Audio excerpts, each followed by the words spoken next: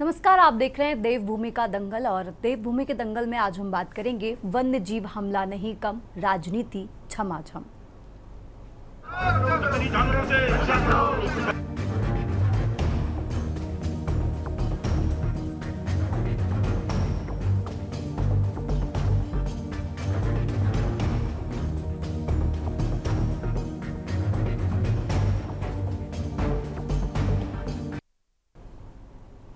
और देवभूमि के दंगल में मैं हूं आपके साथ तन्वी सक्सेना। पहाड़ी राज्य उत्तराखंड में जंगली जानवरों का आतंक थमने का नाम नहीं ले रहा है। बीते कुछ महीनों पहले देखा गया कि बाघ, गुलदार, भालू के हमलों से कई लोगों की जान जा चुकी है, लेकिन खतरा अभी भी लगातार बना हुआ दिखाई दे रहा है। हालांकि वन विभाग और प्रशासन बड़े बड़े दावे तो करता हुआ दिखाई दे रहा है, लेकिन अभी तक कोई परिणाम निकलकर सामने नहीं आया है।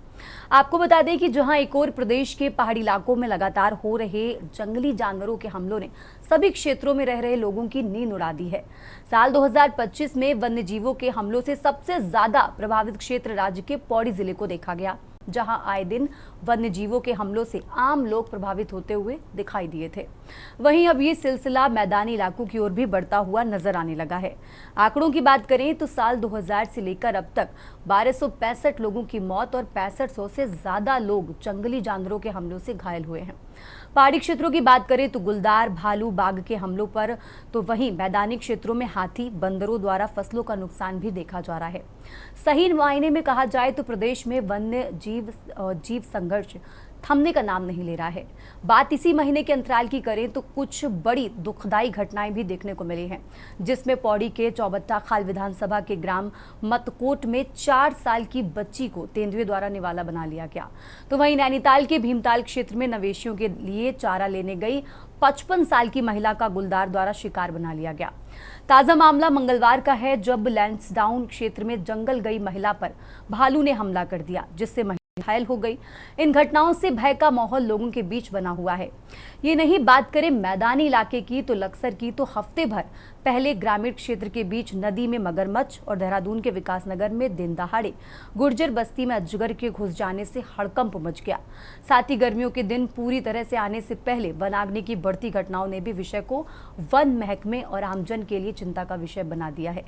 कुल मिलाकर वन विभाग, शासन, प्रशासन पूरे प्रयास भी करता दिखाई दे रहा है, लेकिन अब तक कोई नतीजा राहत देने वाला निकलकर सामने नहीं आया है। इस मामले ने राजनीतिक तूल भी पकड़ लिया है, जिसके बाद विपक्ष द्वारा सरकार व प्रशासन की नीतियों पर कई सवाल खड़े कर रहे हैं, जिसके बाद आरोप प्रत्यारोप और राजनीतिक गलियारों में बयानबाजी भी देखने को मिल रही है।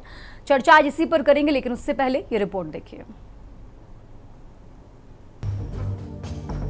गढ़वाल और कुमाऊं में जंगली जानवरों के हमलों और वनाग्नि पर भी वन विभाग और सरकार ने अपनी चिंता जाहिर की है। हालांकि सरकार की ओर से हर संभव प्रयास करने का दावा तो पहले से ही किया जा रहा है, लेकिन इसका कोई धरातल पर बड़ा असर देखने को अभी तक नहीं मिला है। आए दिन जंगली जानवरों की वजह से मौतों का आंकड़ा बढ़ता नजर आ रहा है और सरकार का दावा फेल होता है। इसी बीच वन मंत्री सुबोध उनियाल ने अधिकारियों के साथ बैठक कर अपनी चिंता तो जरूर जाहिर करी, लेकिन उसका कोई व्यापक असर दिखाई नहीं दे रहा है। वहीं इसी पूरे मामले पर विपक्ष ने सड़क से सदन तक सरकार को घेरने की रणनीति भी बनाई है, लेकिन वन महकमे के कानों पर इसकी जू तक नहीं रेंगी और आज भी प्रदेश में इन जंगली जानवरों के साथ आए दिन मानवों को अपनी जान देकर सामना करने को मजबूर होना पड़ रहा है। इस साल के शुरुआती 3 महीनों में वन्य जीवों के 117 हमले हो चुके हैं। अगर पिछले साल यानी 2025 के आंकड़ों से तुलना करें तो स्थिति और भी चिंताजनक लगती है। साल 2025 में पूरे 12 महीनों के दौरान 68 लोगों की मौत वन्यजीव हमलों से हुई थी, जबकि 2026 में केवल 3 महीनों के भीतर ही 20 लोग अपनी जान गंवा चुके हैं। इस तुलना से साफ है कि इस साल घटनाओं की रफ्तार कहीं ज्यादा तेज है। एनिमल कॉन्फ्लिक्ट को लेके, जो वाइल्ड लाइफ कॉन्फ्लिक्ट है, उसको लेके जनपद में विगत वित्तीय वर्ष में और इस फाइनेंशियल ईयर की शुरुआत में भी कुछ हादसे हुए हैं। तो उसको लेकर राजनीतिक संगठन यहाँ पर अपने ज्ञापन के साथ आया था, तो उसे हम राइट फोरम में पहुँचा देंगे। कल भी मुख्य वन संरक्षक और सभी प्रभागीय वनाधिकारियों के साथ आदरणीय सांसद जी द्वारा भी एक बृहद बैठक ली गई थी। आज ग्राम मुंडा खेड़ाकला गांव में जोहड़ से एक नाकू मगरमच्छ निकलकर पास के ही घेर में एक जिनका नाम सुभाष सैनी है, उनके यहाँ पाया गया। उसे पहले तो कुछ गांव के ही लड़कों ने रेस्क्यू करने की कोशिश की, लेकिन वो काबू में नहीं आया। तो फिर बाद में रेंजर टीम को सूचित किया लक्सर। सूचना मिलते ही टीम यहाँ पर आई और उसका रेस्क्यू किया। धन्यवाद। वो नहीं, बाकी टीम को हम बहुत बहुत धन्यवाद देते हैं इसके लिए। हमें साहब पौड़ी डिवीजन के अंदर, पौड़ी जनपद में नहीं, पौड़ी डिवीजन में वन्य जीव संघर्ष की घटनाएं हमें तो ज्यादा रही है और इसको लेकर के लगातार प्रयास कर रहे हैं। वहाँ पर पौड़ी डिवीजन में डीएफओ से लेकर एसडीओ से लेकर हमारे फॉरेस्ट के सभी कर्मचारी पूरी तत्परता के साथ काम कर रहे हैं। उन्होंने कैंप स्तर पर इसके वर्कशॉप भी लगाई है लोगों को जागरूक करने की, और साथ ही साथ विभाग के द्वारा इससे सोलर लाइट्स और बुश कटर्स भी गाँव में भेजे जा रहे हैं, ऐसे हॉट स्पॉट को आइडेंटिफाई करके। उसमें थोड़ा आवश्यकता ये है कि जनता की जागरूकता की सबसे बड़ी आवश्यकता है, क्योंकि हमने मैन पावर भी बढ़ाई। लगातार वन्य जीव और मानव संघर्ष में टकराव की स्थिति देखने को मिल रही है। कुल मिलाकर नुकसान दोनों तरफ का हो रहा है। अब तो विपक्ष के पास ये मुद्दा सरकार को चेताने के लिए काफी है। लगातार प्रदेश भर में सरकार के खिलाफ विरोध प्रदर्शन भी जारी है, लेकिन इस समस्या से निपटने का इलाज किसी के पास नहीं। सरकार सहित वन विभाग का पूरा सिस्टम अब तक मानव वन्यजीव संघर्ष पर फेल नजर आ रहा है। साथ ही अब वनाग्नि की समस्या भी गर्मी आने से पहले ही नजर आ रही है। सत्ता पक्ष सफाई देता नजर आ रहा है और आम जनता को आए दिन जंगली जानवरों के हमले से भी लड़ना पड़ रहा है। इस विषय के चलते प्रदेश के कई इलाकों में प्रदर्शन भी होते दिखाई दे रहे हैं और विपक्ष भी सरकार पर जमकर हल्ला बोलता नजर आ रहा है। ये बड़ी चिंता की बात है। आप सभी लोग जानते हैं कि हमारे प्रदेश में जंगलों का बहुत बड़ा प्रतिशत है और जो पूरा हमारा ग्रामीण जनजीवन रहा है वो वनों पर आधारित हमारा जनजीवन है और एक प्रकार से वनों के साथ हमारे ग्रामीण जनों का चोली दामन का रिश्ता है।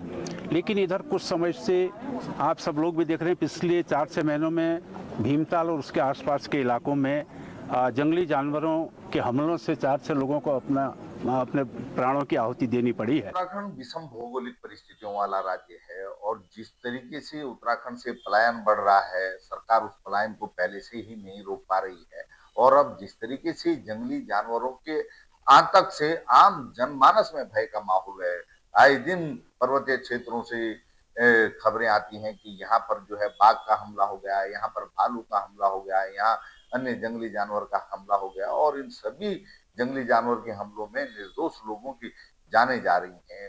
वनों का घनत्व तो ज्यादा है, जहाँ पर वन्य जीव मानव घटनाएं ज्यादा हो रही है वहाँ पर सरकार ऐसे उपकरण लगा रही कि जिससे उनकी आवाजाही का पता लग जाए, जैसे सीसीटीवी कैमरे हैं या अन्य चीजें हैं।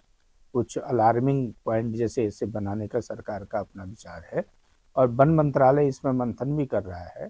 माननीय वन मंत्री जी ने भी इसमें बैठक की है और माननीय मुख्यमंत्री जी ने वन महकमे को निर्देशित भी किया है इस संबंध में और कोशिश की जाएगी कि जहां पर वन्य जीवों की आवाजाही ज़्यादा है वहां पर सरकार की तरफ से सार्थक कदम उठाए जाएंगे।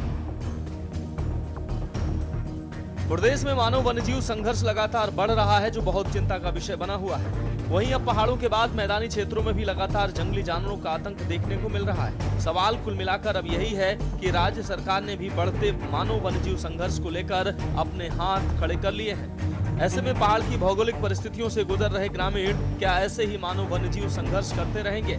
क्या हर साल वनाग्नि से भी प्रदेश के वन विभाग को करोड़ों का नुकसान यूं ही झेलना पड़ेगा? तमाम प्रकार के जंगली जानवरों के हमलों की घटनाओं के मामलों ने सबकी नींद उड़ा रखी है। वहीं विपक्ष भी लगातार सरकार की सुरक्षा पैमानों पर सवाल खड़ा करता दिखाई दे रहा है। ऐसे में जल्द ही सरकार को बड़ा निर्णय लेना होगा, वरना 7 साल वनाग्नि और मानव वन्यजीव संघर्ष से प्रदेश हर साल नुकसान से कई साल और पीछे चला जाएगा। Uttarakhand desk report.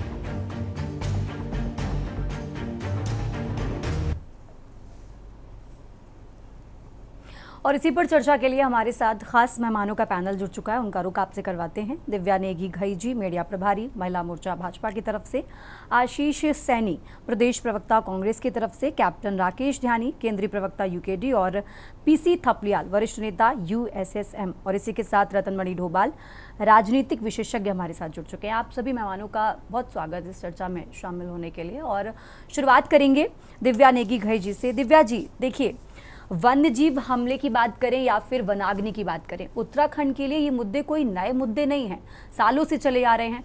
उसके बावजूद भी अगर साल की शुरुआत के 3 महीनों में 20 लोगों की जान इस तरीके से चली जाती है तो ये बहुत बड़ा चैलेंज सरकार के लिए नहीं है, क्योंकि ये ऐसे मुद्दे नहीं है जो अचानक से हो गए या पता नहीं था। तो क्यों इतनी नाकामी क्यों विभाग की तरफ से?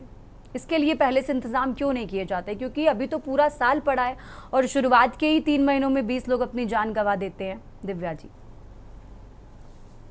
तन्वी जी, देखिए ये बहुत एक संवेदनशील मुद्दा है और मुझे लगता है कि हमारी सरकार इस पर बहुत ही ध्यान दे रही है, बहुत सारे प्रयास किए जा रहे हैं।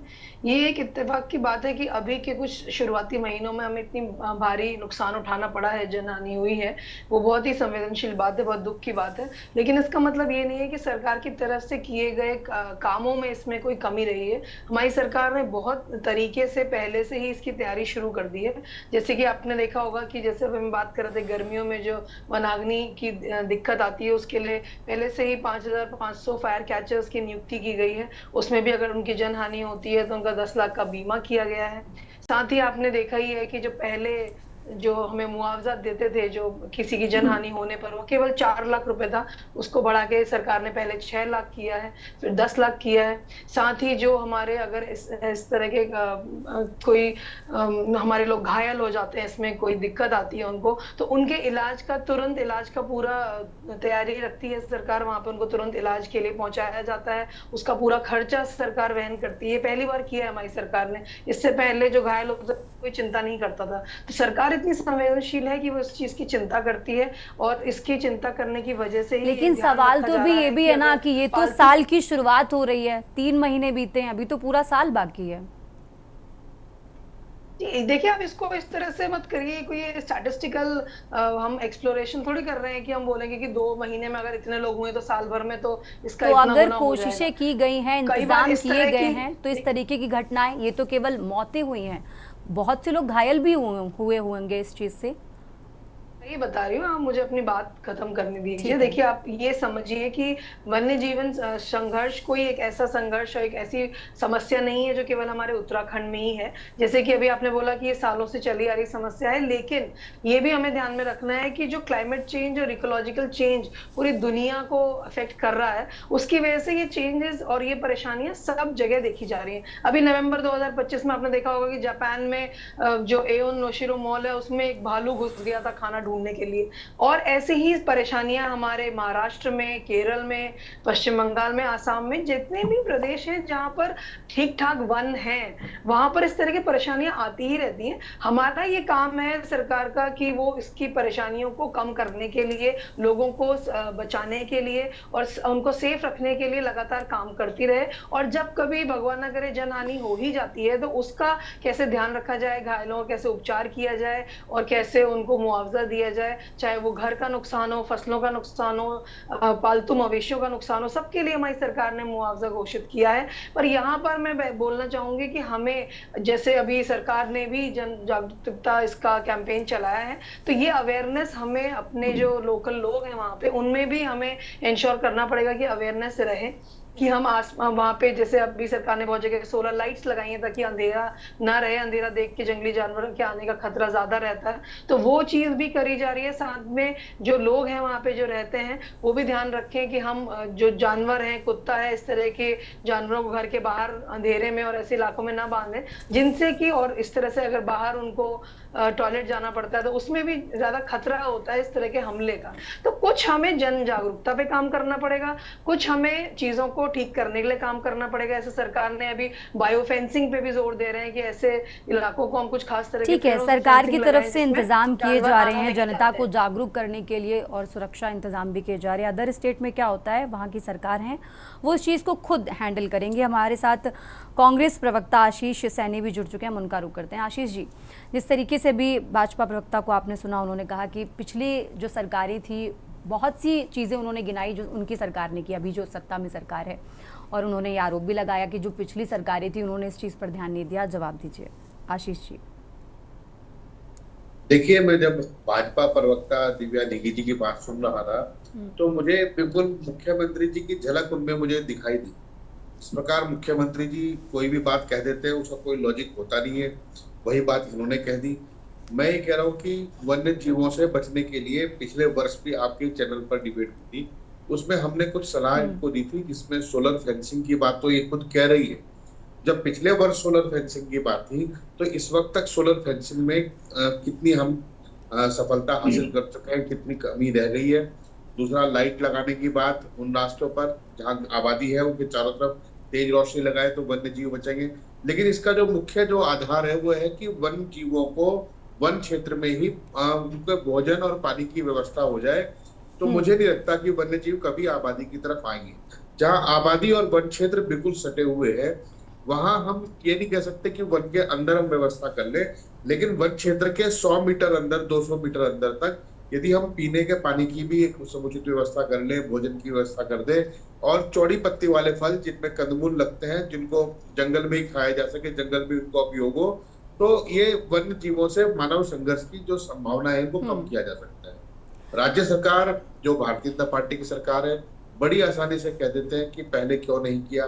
तो ये सवाल तो जेम्स वॉट से पूछ सकते हैं कि जेम्स ने वॉट ने जब इंजन बनाया रेल का, तो उनके पिताजी ने क्यों नहीं बनाया।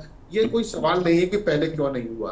पहले मानव आबादी इतनी तेजी से नहीं बढ़ी, जैसे जैसे बढ़ी समस्या आई उसके समाधान में ढूंढने की कोशिश हुई।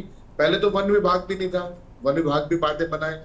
पहले तो जंगल हुआ करते थे और आदिवासी और वहां रहने वाले लोग उन जंगलों के साथ तालमेल करते थे। आज आपने जंगल और उसके नजदीक रहने वाले लोगों का जो उपयोग है वन क्षेत्रों का प्रबंधन करने में, वो आपने नहीं किया। आपने फॉरेस्ट गार्ड के भरोसे छोड़ दिया है। फॉरेस्ट गार्ड के भरोसे भी छोड़ देते तो भी चल जाता, लेकिन आपने जिस तरीके से पिछले कई वर्षों में, मैं नाम लेकर भी बता सकता हूँ, जो वनों के अंदर शिकार करने वाले लोग हैं, जो बाकायदा गलत नियत से तस्करी करने वाले लोग हैं, वो लोग वहां घुस रहे हैं। तो ये तो सवाल सुरक्षा तंत्र के कमजोर होने का है।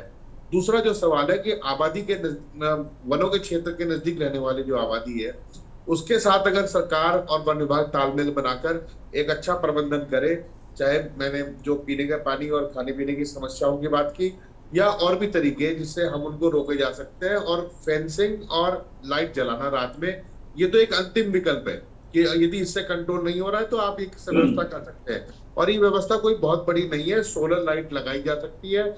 मुझे तो केवल नेगी जी अगर चाहे, इनके पास अगर मुख्यमंत्री जी ने कुछ डेटा भेजा होगा डिबेट में आने से पहले, तो ये बता दे कि हमने इतनी फेंसिंग कर ली और इतनी रह रही। तो ये दो चीजें हैं जिससे वन जीवों के साथ बचाव किया जाता है, और वन जीवों के साथ तालमेल भी करके मानव आबादी हजारों साल से रहती आई है, और हमें इसमें कोई कष्ट नहीं है। देखिए, वन्य जीव मानवों पर हमला क्यों करते हैं, इसका सीधा सीधा अगर हम उठा के देखें तो जिस तरीके से अंधाधुंध जो विकास हो रहा है पहाड़ों में, वो एक बड़ा कारण है।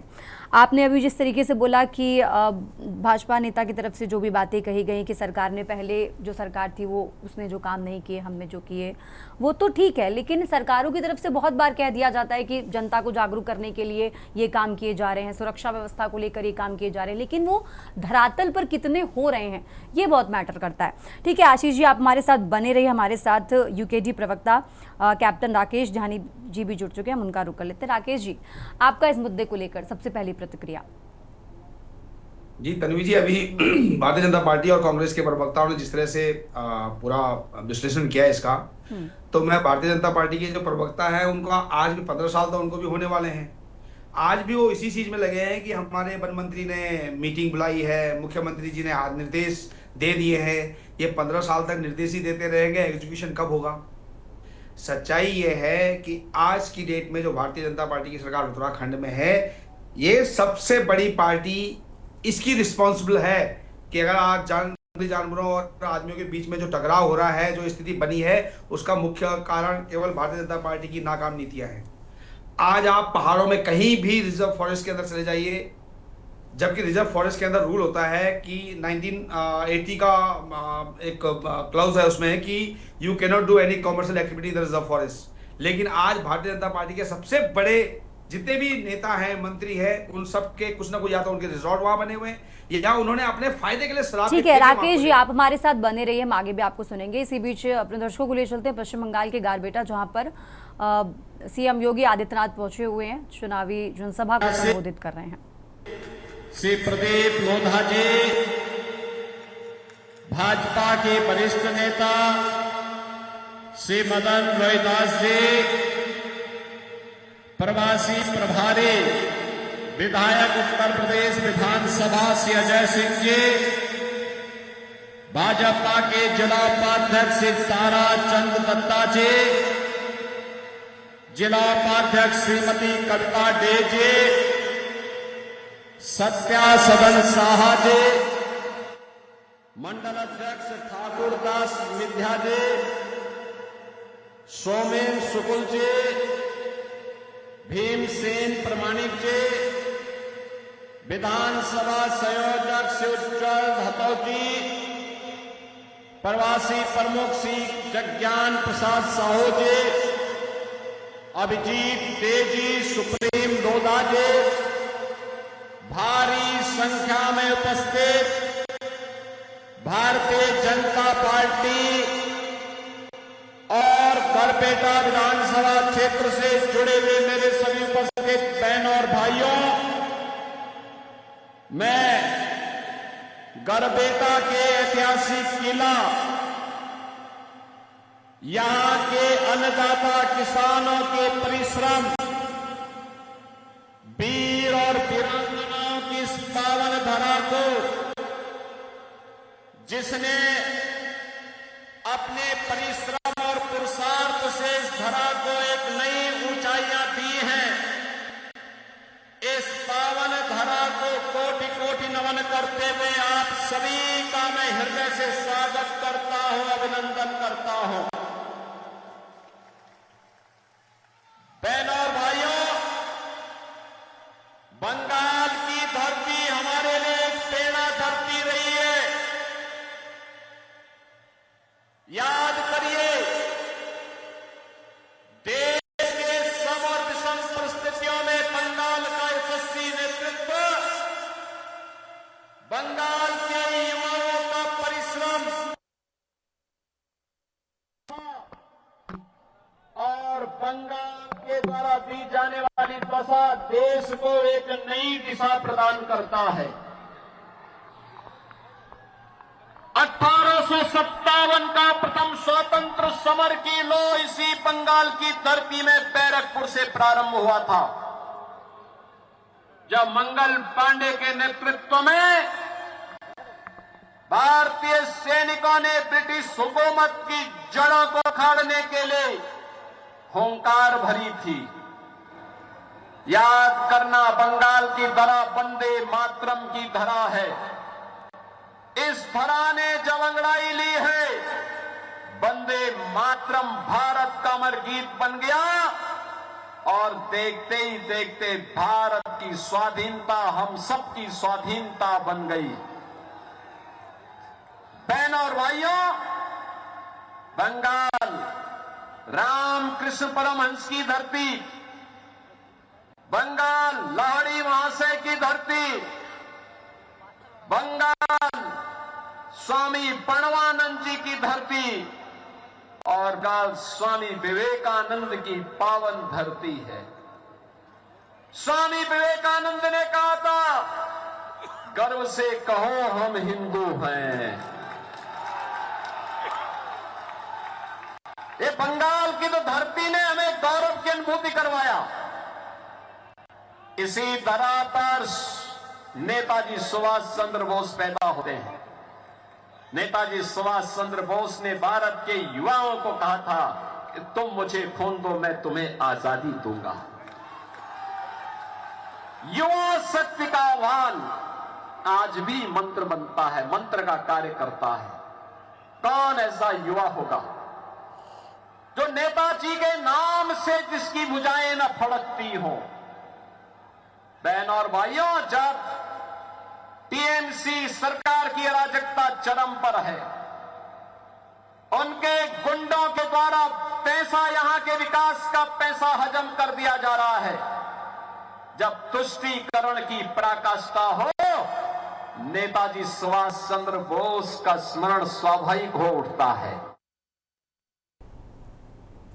तो पश्चिम बंगाल के गरबेटा से उत्तर प्रदेश के मुख्यमंत्री योगी आदित्यनाथ को आपने सुना, चुनावी जनसभा को वो यहाँ पर संबोधित कर रहे थे। और फिलहाल यहाँ रुकते एक छोटे से ब्रेक के लिए फौरन होंगे।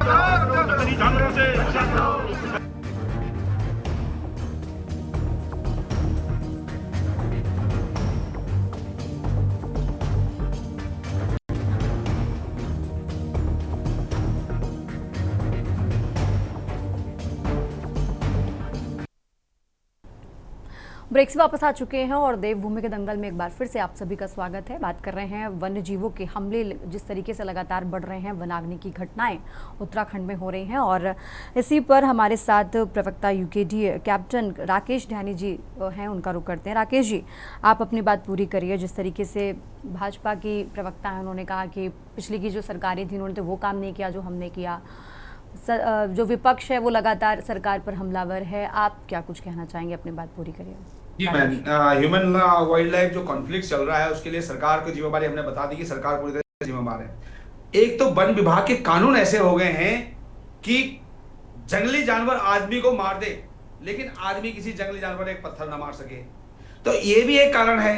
दूसरा ये कि जो पलायन के लिए जिस तरह से आपने वहां पे पलायन से पहाड़ों में सुविधाएं नहीं दी, आपने सड़क नहीं दी, शिक्षा नहीं दी, स्वास्थ्य नहीं दिया, लोग पलायन को मजबूर हुए। और जब पलायन को जो लोग सक्षम थे वो नीचे आ गए हैं, जो असक्षम लोग हैं जिनके पास कैपेसिटी नहीं है कि जो बाहर प्लेन्स में आके जमीन खरीद लें, वो 2-4 फैमिलीज वहां रखी हैं और वही जो है आज निवाला बन रही है जंगली जानवरों का।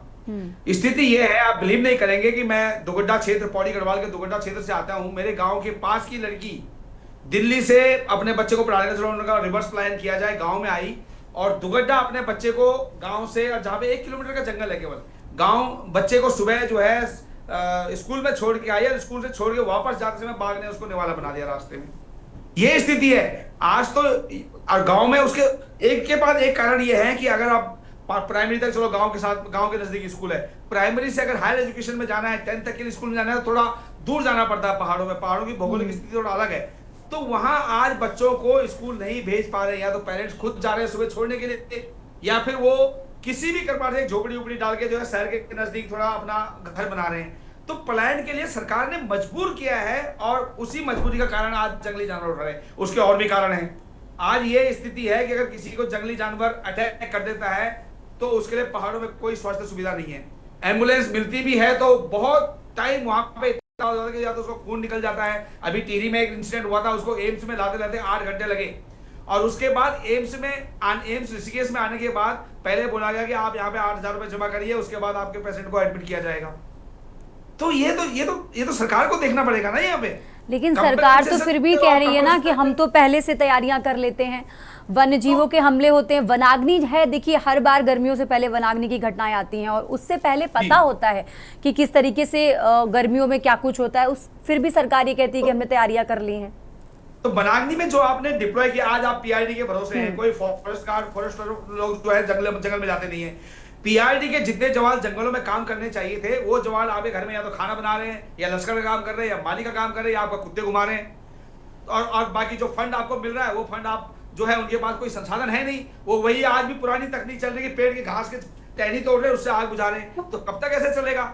तो 25 साल जो है भारतीय जनता पार्टी और कांग्रेस ने यही काम किया है। पैसे पूरे हर पे है, अपने लिए आईफोन लिए हैं, लैपटॉप लिए हैं, अपने जर्नी जो है इधर से उधर एलटीसी में एंजॉय किया है, लेकिन जंगलों के लिए कुछ नहीं किया इन्होंने। आज पीआरडी के जवानों को 10,000 12,000 तनख्वाह मिलती है, वो जंगलों में काम न करके इनके घरों में काम कर रहे हैं। तो धरातल की सच्चाई कुछ है, सरकार के वादे बड़े बड़े हैं, सरकार बहुत कुछ बोल रही है कि हमने ये कर दिया है, हमने ये संसाधन जुटा दिए हैं। अब आप इसकी बात कर रहे हैं कि सोलर सिस्टम की बात कर रहे हैं, कहां से सोलर लगाएंगे आप? पहाड़ की ज्योग्राफिकल कंडीशन ही ऐसी है कि आप किस किस गांव को सोलर से कवर करेंगे। अब आप घरों में जो सोलर सिस्टम दे भी रहे हैं, उसमें आप रिबेट में दे रहे हैं उनको, ठीक है कि आप इतना पैसे जमा करो। गांव के लोगों के पास 8,000 रुपए देने के लिए नहीं है, कहां से आपको पैसे देंगे? और उसके बाद तुम वहां पे सोलर लगाओगे, उसके बाद जैसे ही 1 साल के बाद उसकी बैटरी खत्म हुई, वो वही धाके 3 पास हो जाता है, कोई उसको देखने आता नहीं है। तो how it is possible to manage all these things? इसको सरकार को एक नीति बनानी पड़ेगी, और बिना नीति के केवल हवा या चुनाव आ गए तो बहुत सारी वादे होंगे इनके, क्योंकि इनके पास जुमला और वादों के अलावा कुछ नहीं है। Education is zero. ठीक है राकेश जी, आप हमारे साथ बने रहिए। हमारे साथ वरिष्ठ नेता यूएसएसएम पीसी थपलियाल जी हैं, उनका रुक कर लेते हैं। पीसी जी, इस तरीके से देखिए, अब सत्ता पक्ष जो है वो बोल रहा है कि हमने तैयारियां कर रखी हैं, लोगों को जागरूक किया जा रहा है, सुरक्षा व्यवस्था के इंतजाम है, विपक्ष लगातार हमलावर है और जिस तरीके से देखिए निर्देश देने में और धरातल पर क्या स्थिति है वो बहुत मायने रखती है। मेरा पहला सवाल भी यही था कि साल के पहले अगर 3 महीनों की बात करें तो 20 लोगों की मौत हो चुकी है। मैं आगे का अनुमान नहीं लगा रही हूँ, लेकिन ये एक बहुत चिंता का विषय है। देखिए, ये समस्या दिन प्रतिदिन बढ़ती जा रही है। जब पलायन की समस्या पे विचार विमर्श होता था तो ये कहा जाता था कि शिक्षा स्वास्थ्य के कारण जनता प्लान कर रही है। अब उसमें एक चैप्टर और जुड़ गया है कि जंगली जानवरों के भय से जनता प्लान कर रही है। और ये जो समस्या आई है ये हाल के ही सालों में आई है, क्योंकि हमने जब पहाड़ को बचपन में दिया था उस समय हम कभी नहीं जानते थे कि हम जंगली जानवरों से हमें कोई भय नहीं लगता था। और हमने देखा ये था कि जंगली जानवरों का जो हम लोगों का ऐसा चोली दामन का साथ था कि हम खलियानों में रात में सोया करते थे और बाघ हमारे खलियान से घूम फिर के चले जाता था। भय मुक्त हमारा समाज था जंगली जानवरों के तरफ। लेकिन अब धीरे धीरे ये इतनी विकराल समस्या हो गई है, इस पे सरकार को जिस तरह का ध्यान देना चाहिए था उसको नहीं दे रही, क्योंकि हमने पाया है कि जंगली जानवरों का जो स्वरूप है वो भी बदलता जा रहा है। कई बार मैं इस डिबेट में कह चुका हूं कि पहले के जो बंदर हमारे पहाड़ों में रहते थे और अब जो बंदर बाहर से कहीं से आ रहे हैं, आप अलग ढंग से उनको पहचान लेंगे। जिस तरह से इंसानों में आप देखोगे कि हिमाचल के व्यक्ति की जो आप चेहरा मोहरा शरीर का वो अलग है, गढ़वाली का अलग है, जौनसार के लोगों का अलग है। इसी तरह से मैंने जंगली जानवरों का भी अलग अलग व्यवहार जो है, तो कई बार मैंने ये भी कहा था यहाँ पे कि जैसे हरिद्वार के बंदर, क्योंकि जंगली जानवर जो पहाड़ों में जा रहे हैं वो इंसानों से डर ही नहीं रहे। और हाल में जिस तरह से भालू का बहुत बड़ा भयंकर रूप से लोगों में एक भय पैदा हुआ था पूरे पहाड़ में, और उसका जो ऑपरेशन था, जिस तरह से भालू किस तरह से वो पूरे दरवाजे तोड़ रहा था, किस तरह से वो जंगली मतलब हमारे पशुओं पे अटैक कर रहा था, ये पहले कभी नहीं हुआ था। लेकिन हम चाह रहे थे कि इसको सरकार मॉनिटर करे और जनता को पता लगे कि इस तरह का अलग किस्म के भालू आए हैं तो कहां से आए। सरकार ने इस पे कभी ध्यान नहीं दिया। सरकार ने, क्योंकि सरकार अपने जो सरकार तो बोल रही है कि हम लोगों को जागरूक करने का काम कर रहे हैं, नहीं कर रहा, क्योंकि मैं ये कहने की बात है, लेकिन मैं इस सवाल को बोल रहा हूं कि जो मैंने बोला कि जनता चाह रही थी कि ये तरह का भालू जो लगातार एक जगह से, नैनी डांडा का केस है, तो ये इनको इतनी वो नहीं रही कि ये थोड़ा इनकी टीम आए, मॉनिटर करे, कैमरा लगाए, और कैमरा लगाने के बाद से जिन जानवरों का जो एक अलग किस्म का व्यवहार है उस पर अध्ययन करे, वो नहीं हुआ है। और दूसरी तरफ मैं ये कह रहा हूं कि सरकार निश्चित रूप से बहुत लापरवाह है जनता के हर ज्वलंत मुद्दे पे। आप देखिए शिक्षा स्वास्थ्य पे कितना लापरवाह है। आज भी हमारी महिलाओं को जब भी डिलीवरी हो रही है वो अपनी जान गंवा रही है पहाड़ों में, ये तो हम सब देख रहे हैं। इसी तरह से जंगली जानवरों से जान गंवाते हुए हम सब देख रहे हैं। लेकिन उसके जो हल है, इतना मैंने पहले भी कहा था कि हमारे पास एक पुरुष सैनिकों का ऐसा मानव संसाधन है जिसको सरकार अगर चाहती तो जैसे उपनल के माध्यम से इनको एम्प्लॉय करके एक अलग विभाग बना सकती थी। और इवन मैं तो ये चाहता हूं कि एक अलग मंत्रालय में एक अलग सेक्शन खोला जाए जंगली जानवरों के लिए, जो इसी चीज में वो अकेला मंत्री जवाब देता रहेगा या मुख्यमंत्री जवाब देता रहेगा। ये ट्रेंड बन चुका है इस देश का कि इस देश में जवाबदेही को डिस्ट्रीब्यूट नहीं किया जा रहा है। अब यहाँ पे अब स्थिति ये आ गई है कि लोग बोलते हैं अरे हमारे मोदी जी हैं तो वो देखेंगे कि जंगली जानवर कैसे वो करेंगे। मतलब बहुत ही स्थिति भयानक हो गई है कि हर समस्या को जो साधने के लिए मुख्यमंत्री आगे आता है, एक दुर्भाग्य है। इसमें इवन वन मंत्री को एक अलग अधिकारियों को जिम्मेदार ठहराना चाहिए। जिस तरह से जैसे ही इसी वन मंत्री ने जैसे ही स्वास्थ्य मंत्री बना और जगह जगह जाकर किस तरह से डॉक्टरों को उनकी रिस्पॉन्सिबिलिटी का एहसास दिलाया, इसी बिल्कुल तरह से हम चाहेंगे कि आपने जो भी सवाल सरकार से किए हैं, बिल्कुल हम चाहेंगे आपने जो भी सवाल सरकार से किए उसका जवाब हम लेंगे भाजपा के प्रवक्ता से, और साथ ही जो भी निदान दिए उस पर भी सरकार काम करे। हमारे साथ राजनीतिक विशेषज्ञ रतनमणि डोभाल भी जुड़ चुके हैं, हम उनका रुख करते हैं। रतनमणि जी, मैं सीधा आपसे ये जानना चाहती हूँ कि देखिए विकास और वन संरक्षण के बीच किस तरीके से समन्वय बैठाया जाए कि जो वन्यजीव हैं वो भी सुरक्षित रहें और जो मानव है वो भी सुरक्षित रहें। देखिए ये महत्वपूर्ण विषय है सवाल। हम ये कह रहे हैं कि वन्य जीवों को भी जीने का अधिकार है, बिल्कुल मानव को भी जीने का अधिकार है। ये मिलके ही संतुलन बनाते हैं पर्यावरण का और वो सारी चीजों का। लेकिन इस पर जो काम किया जाना चाहिए वो काम नहीं हो रहा है। हमारे देखते देखते ये हुआ है कि आपने उसको मानव रहित कर दिया जंगल को, और वहां जो वन्य जीव है उसका आपको मालूम नहीं है। आज की तारीख में किसी भी बीट में आपको ये नहीं है कि आपके इस बीट क्षेत्र में कितने बाघ हैं और उनके लिए कितना भोजन चाहिए। आदमी को भी भोजन चाहिए, जानवर को भी भोजन चाहिए। अगर उसको भोजन नहीं मिल रहा है, उसको पानी नहीं मिल रहा है। अभी मैं कल ही आया हूँ, ये 17 तारीख ये पूरा जंगल में राजा जी नेशनल पार्क के ये गड़तांग गली में घूम के एक कौवा की आवाज सुनाई दी, लेकिन वो मुझे दिखाई नहीं दिया। पूरे जंगल में वहां पर कुछ नहीं है, इतना दुर्गम उसमें गंगोत्री वाले रूट पे। तो बहुत भयावह स्थिति है, और इसलिए मैं ये समझता हूँ कि वो वन्य जीव आप वहां के लोगों का आपने जो जन सहभागिता होती थी जंगलों के साथ उसको समाप्त कर दिया। आपका सरकार का पूरा जोर ये है कि लोगों को वन से जाओ। हमारे देखते देखते ये हुआ है कि जब तक ये वन गुज्जर वहां जंगल में थे, ये तो आपके वनों की सुरक्षा करते थे। वहां पर कभी वो उनके डेरों पे तो हाथी नहीं आया, उनके डेरों पे कभी बाघ ने हमला नहीं किया, ऐसा कोई स्थिति नहीं है। और आप वहाँ मानव रहित ये सब करने के आप क्या।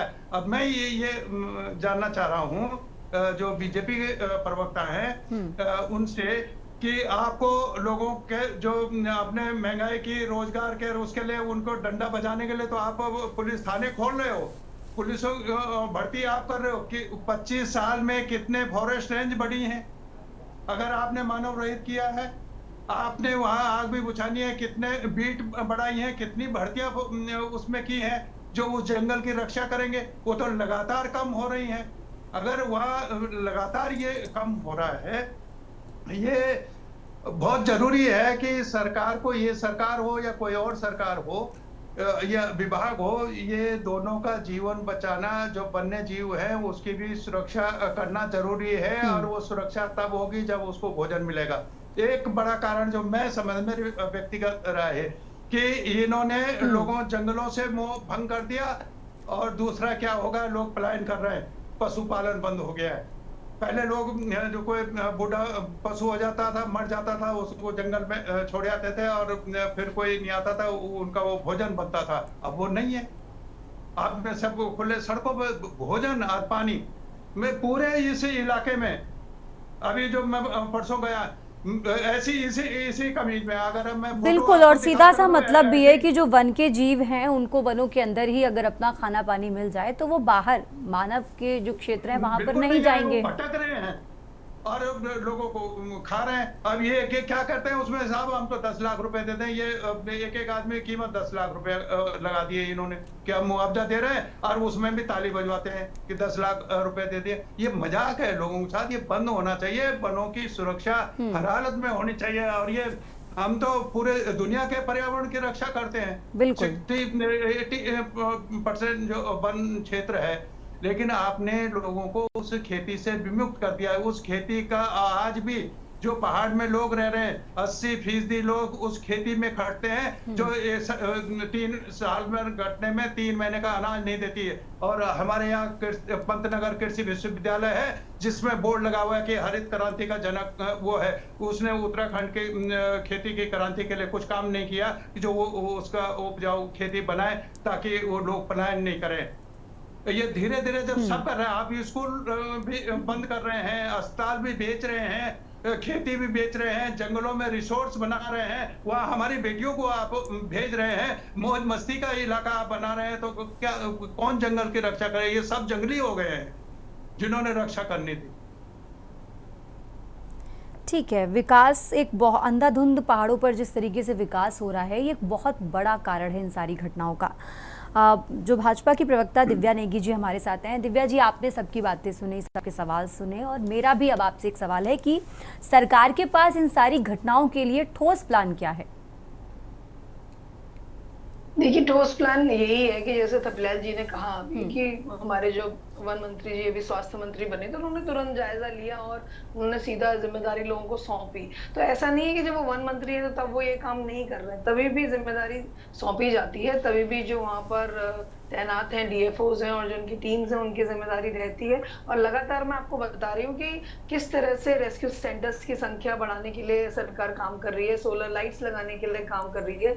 यही प्रिवेंटिव टेक्निक्स हैं कि वहाँ पर जो हमारे जंगली जानवर हैं वो ना आए, जो भी रिहायशी इलाके हैं उसमें लोगों तक ना पहुंचे। साथ में हम लोग फायर कैचर्स, फायर वॉचर्स हमने इतने सारे 5500 हायर करे हैं और उनको तैनात किया जाएगा ताकि वनाग्नि से बचाव करने के लिए तैयारी की जाए। लेकिन ये जो मुद्दा है जो हम कह रहे हैं कि जानवरों को, जंगली जानवरों को वहां पर जो उनका रिक्वायर्ड खाना है वो नहीं मिल पा रहा है, ये सारे ऐसे चेंजेस नहीं है जो 1 या 2 दिन में होते हैं, ये हमने सालों में होते हुए देखा है। और ये जो इकोलॉजिकल और क्लाइमेट चेंजेस हैं ये पूरी दुनिया इनसे परेशान है और इस पर पूरे दुनिया को एक साथ काम करने की जरूरत है। और डेवलपमेंट जब भी हो रहा है तो ये केवल ऐसे नहीं कि हमारे उत्तराखंड में हो रहा है, पूरी दुनिया में हो रहा है। उससे पूरा इकोलॉजिकल डिस्टर्बेंस हम देख रहे हैं, मौसमों में किस तरह से बदलाव हो रहा है वो हम देख रहे हैं। जो पसंदीदा जानवरों के फल और पत्तियां होती हैं वो वहां पे उसमें जंगलों में उसकी कमी हो रही है। तो ये एक ऐसी चीज है जो सालों के बदलाव की वजह से हमें दिखाई दे रही है। तो इसको केवल ये, लेकिन पहाड़ों पर जो विकास होता है उसका परिणाम बहुत गलत होता है।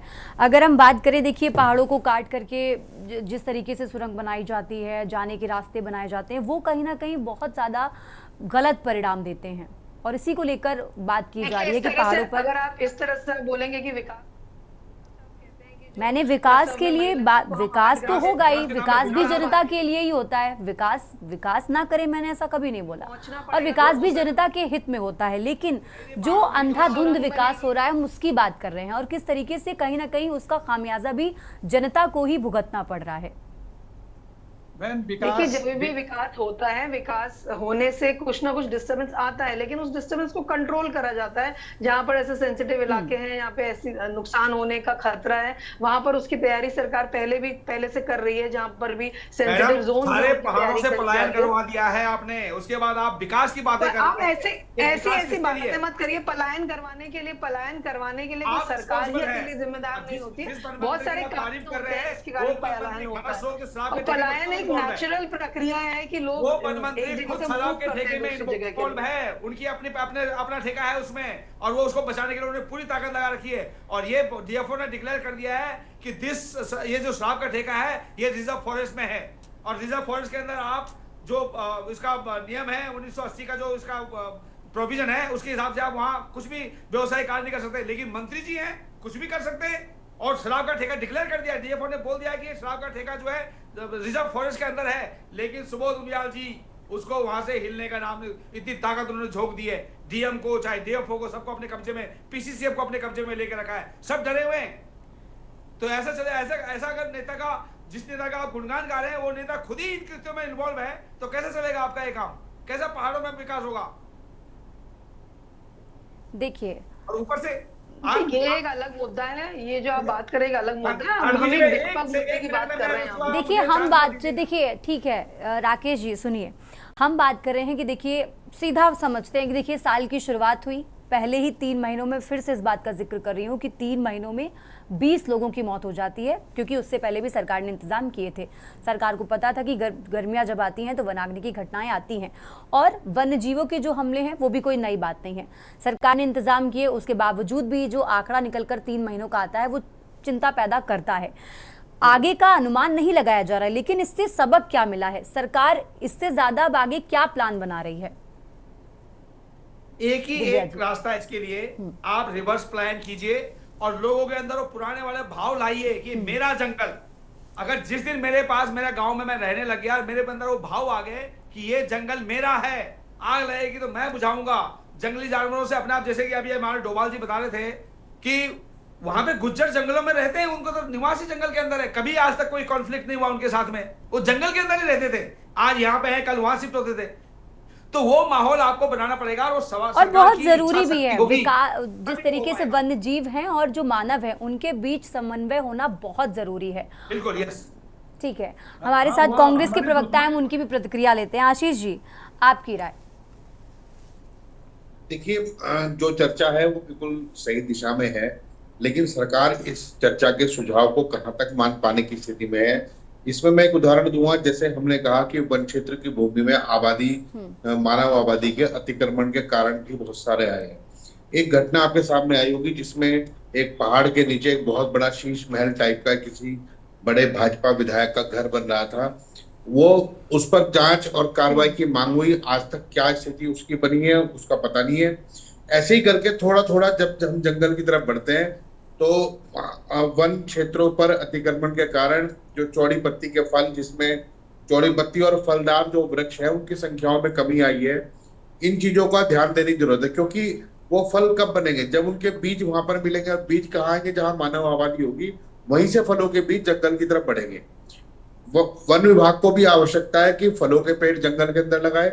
वन विभाग को और मानव आबादी को भी कोशिश करनी चाहिए कि जंगल के किनारे वाले हिस्से में जहां पर मानव आबादी उनसे मिली हुई है वहां पर फलों के वृक्ष लगाएं, ताकि जो जंगली जानवर है वो अंदर की तरफ रहे। पीने के पानी की जैसे ही गर्मियां बढ़ती है तो पीने के पानी के स्रोत सूखते हैं, तो पानी के स्रोत बने रहे लगातार और उसमें पानी की सप्लाई रहे, इसके लिए भी विशेष प्रयास करने की जरूरत है। हम अपने मानव आबादी से 500 मीटर दूर तक के क्षेत्रों में, जंगल के अंदर के क्षेत्रों में पीने के पानी की व्यवस्था कर सकते हैं। वो की जा सकती है और की जानी भी चाहिए। तो जब वो की जाएगी तो आपको निश्चित रूप से इसके अच्छे परिणाम मिलेंगे। बहुत सारे लोग जो जंगल के काम के लिए साइंटिस्ट बने हैं, उनका पूरा जीवन इसी काम में बीता है, तो हम उनकी सलाह को इम्प्लीमेंट करने का काम करें। लेकिन जैसा मैं नेगी जी के सामने शिकायत के रूप में भी कह रहा हूँ, जैसा अनेक विभागों में भ्रष्टाचार जब हुआ तो पहले ठेकेदार आता है, ठेकेदार योजना बनाता है, तब सरकार उसे लागू करती है। यही कारण वन क्षेत्रों में भी हुआ। जो फॉरेस्ट में जो फंड आपने वन क्षेत्रों की रक्षा के लिए और अनेक कामों के लिए रखा है, तो वो ठेकेदारों की भेंट चढ़ जा रहा है। ये चीज बचाने के लिए आपको विशेष अभियान लगाने की, और जैसा अभी राकेश जी ने कहा कि वन क्षेत्रों को अपने दिल से, अपने कल्चर से, अपने व्यक्तित्व से जोड़ने की जरूरत है। उत्तराखंड का प्रत्येक व्यक्ति जो किसी भी कोने में रहता है, उसे वो वनवासी है और वनों की रक्षा की जिम्मेदारी भी उसी के हाथ में दीजिए। और निश्चित रूप से वन क्षेत्रों के आसपास के जो जगह हैं, अगर हम वहां पर, अभी जैसे एक सुझाव आता है, हमेशा पिछली बार भी रहा था, पिछले वर्ष भी, कि बहुत तेज रोशनी की लाइट अगर हम वनों की तरफ रखेंगे तो जंगली जानवर को रात में उधर की तरफ नहीं आएंगे। तो वो रोशनी जहां आबादी है उसको भी रोशन करने का काम करेगी और वही रोशनी का जो काम है उधर करेगा। सोलर लाइट लगानी है, अल्टरनेटिव जो हमारी पावर सेक्टर जो है उसके में पर्याप्त फंड मौजूद है। उसके अलावा एक फंड और है जो ग्रीन हाउस का पैसा जो हमें मिलना होता है, मेरा अनुमान है कि लगभग 10,000 करोड़ रुपए प्रतिवर्ष भारत को मिलता है। तो उत्तराखंड में जो राज्य का, देश का लगभग 50% से अधिक वन क्षेत्र केवल उत्तराखंड में है, तो उसका जो फंड का पैसा है उसका उपयोग इस में किया जाए। मैं तो सुझाव के साथ साथ आपको रास्ता ही बता रहा हूँ कहाँ से मिलेगा। तो आप उस धन का उपयोग कीजिए, वन की रक्षा कीजिए, वन के नजदीक रहने वाले लोगों की, वनवासियों की भी रक्षा कीजिए। तभी हम उत्तराखंड में एक अच्छा वन और अच्छा पर्यावरण और अच्छा रहन सहन दे पाएंगे, और वन्य जीव भी हमारे मित्र बनेंगे, वो हमारे शत्रु नहीं बनेंगे। वरना इस पानी और भोजन की लड़ाई में हम उन्हें अपने शत्रु के रूप में देख रहे हैं, वो हमें अपने शत्रु के रूप में देख रहे हैं। तो ये चीजें समाप्त हो जाएगी। इन सुझावों पर सरकार को गौर करना चाहिए निश्चित रूप से। ठीक है, अब हमारे पास हमारे साथ राजनीतिक विशेषज्ञ रतनमणि ढुबाल हैं, हम उनका रुख कर लेते हैं। रतनमणि जी, जिस तरीके से देखिए समस्या हमें पता है, समस्या का निदान हमें पता है, लेकिन उसके बावजूद भी चिंता तब बढ़ जाती है जब आंकड़े निकल कर सामने आते हैं, घटनाएं होती हैं, लोगों की मौत हो जाती है, लोग घायल हो जाते हैं। देखिए, मौत नहीं हो जाती है तो हत्याएं हो रही हैं। ये सीधा सीधा हत्या का मामला है और इसके कोई जिम्मेदार है तो वो सरकार है। तो सरकार ही तो माए बाप है हमारी। अगर हमें कुछ होता है तो हम सरकार तो हम इसलिए बनाते हैं कि वो हमारी रक्षा करेगी। ना आप वन की रक्षा कर पा रहे हैं, ना हमारी रक्षा कर पा रहे हैं। हम ये कह रहे हैं कि मैं तो मेरे गांव के साथ वन लगा हुआ है और हम उसी में पहले गांव की पंचायतें भी होती थी और उनका उससे संबंध होता था। आग लगती थी तो फॉरेस्ट वाले दूसरे दिन आते थे, आग हम बुझा के घर आ जाते थे, क्योंकि वन हमारा था। इन्होंने हमसे हम शब्द छीन लिया है कि ये तुम्हारा नहीं है, वन वन का है, और इसलिए अब मुझे कोई परवाह नहीं है, उसको आग लगे कुछ भी हो जाए। तो ये जो चीजें कर दी, एकांगी चीजें कर दी है। हमारा जो मोह था अपने जंगल से, उससे इन्होंने हमको विमुक्त कर दिया। हम वहाँ चोरी नहीं कर रहे थे, एक गाय भैंस पाल लेते थे, उसके घास पत्ती ले आते थे, और ये जंगल में कोई और गिरी पड़ी लकड़ी है उसके वो लेके आते थे। कोई हम तो हमारे तो घर भी पत्थर के ही बनाते थे, हम पत्थर की चिनाई करते थे। और एक कड़ी वड़ी उसके लिए चाहिए तो फॉरेस्ट पर रमन लेके उनको बता देते हैं वहाँ सूखी लकड़ी है, इसका दे दो, हम कड़ी बनानी है घर की। लेकिन इन्होंने वो सारा खत्म कर दिया और इसलिए जो वन माफिया हैं उन माफियाओं के लिए जंगल खोल दिया। रोज जंगल कट रहे हैं, रोज जंगल तबाह हो रहे हैं और वो जंगलों में आग लगा के भी आ रहे हैं और कोई बुझाने भी नहीं जा रहा है। सवाल ये है कि आपका एक बीट का एरिया कितना है, उस बीट में कितने आपने वहाँ गार्ड रखे हैं, कितने फॉरेस्टर कितने हैं, उनके पास संसाधन क्या है। अगर जंगल में बाघ है या कोई और जंगली जानवर है, उसके भी तो जीवन है, वो भी तो हमारा, उसकी भी तो रक्षा होनी चाहिए। बिल्कुल। लेकिन आपने उस पर ध्यान नहीं दे रहे। ये सरकार को वन चौकियां बनानी पड़ेंगी, बीट बनानी पड़ेंगे, उनको जो भी संसाधन, और साथ ही साथ ये भी देखना पड़ेगा कि सरकार की तरफ से जो भी निर्देश जारी किए जा रहे हैं वो धरातल पर कितने सच साबित होते हैं। आप सभी मेहमानों का बहुत बहुत शुक्रिया हमारे साथ इस चर्चा में शामिल होने के लिए और इस खास बातचीत के लिए। तो देवभूमि के दंगल में आज हम बात कर रहे हैं जिस तरीके से वन्य जीवों के हमले मानवों पर लगातार बढ़ते जा रहे हैं, और साथ ही गर्मियों का सीजन आते ही उससे पहले वनाग्नि की घटनाएं जो आती हैं, सरकार इसको लेकर किस तरीके से कितनी एक्टिव है, क्या कुछ तैयारियां हैं, इस पर चर्चा की। देवभूमि के दंगल में फिलहाल इतना ही। आप देखते रहिए के न्यूज़ इंडिया।